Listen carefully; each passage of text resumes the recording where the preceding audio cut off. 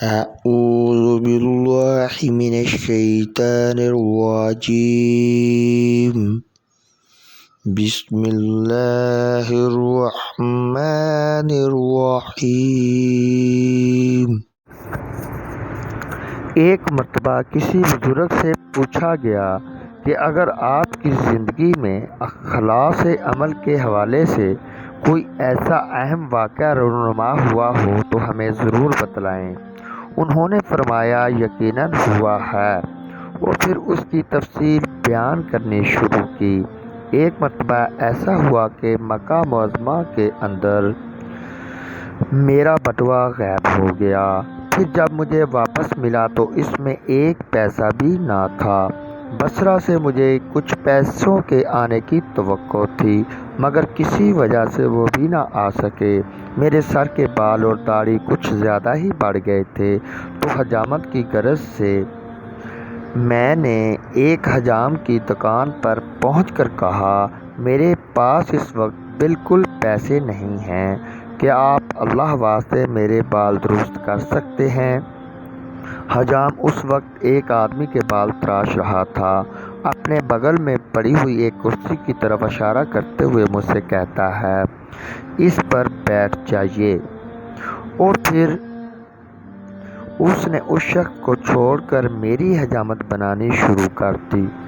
آدمی نے جب اعتراض کیا تو حجام نے جواب دیتے ہوئے کہا، جناب معاف کیجیے گا، آپ کی حجامت میں معاوضہ لے کر بنا رہا تھا، مگر اس شخص نے محض رضائے مولا کا واسطہ دے کر مجھ سے حجامت کی درخواست کی ہے، اور یہاں اللہ واسطے کیے جانے والے کاموں کو ہمیشہ اولویت دی جاتی ہے، اور ان کا کوئی معاوضہ بھی نہیں لیا جاتا۔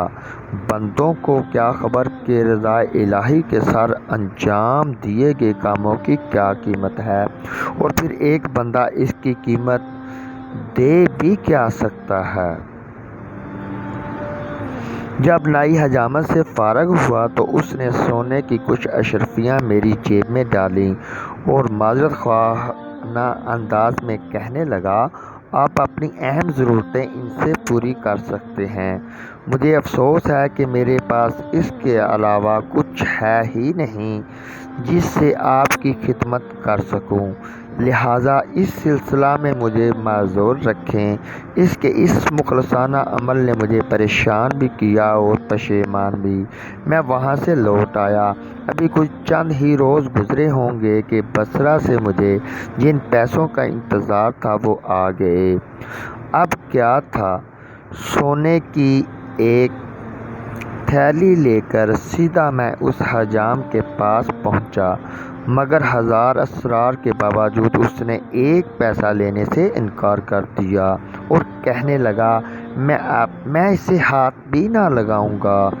اس بڑی دنیا میں ہے کوئی اللہ کا بندہ جو خالص رضا الہی کے لیے کیے گئے کام کی اجرت چکا سکے؟ آپ اپنی راہ لیں، اللہ آپ کو امن و رحمت کے شامیانے تلے رکھے۔ میں نے وہیں سے اپنی زندگی کی اصلاح کی اور اس کے پاس سے رخصت ہو گیا، مگر آج کوئی 40 سال ہونے کو ہیں، میں آدھی رات میں اٹھ کر بھی اس بندہ خدا کے لیے دعائیں کرتا رہتا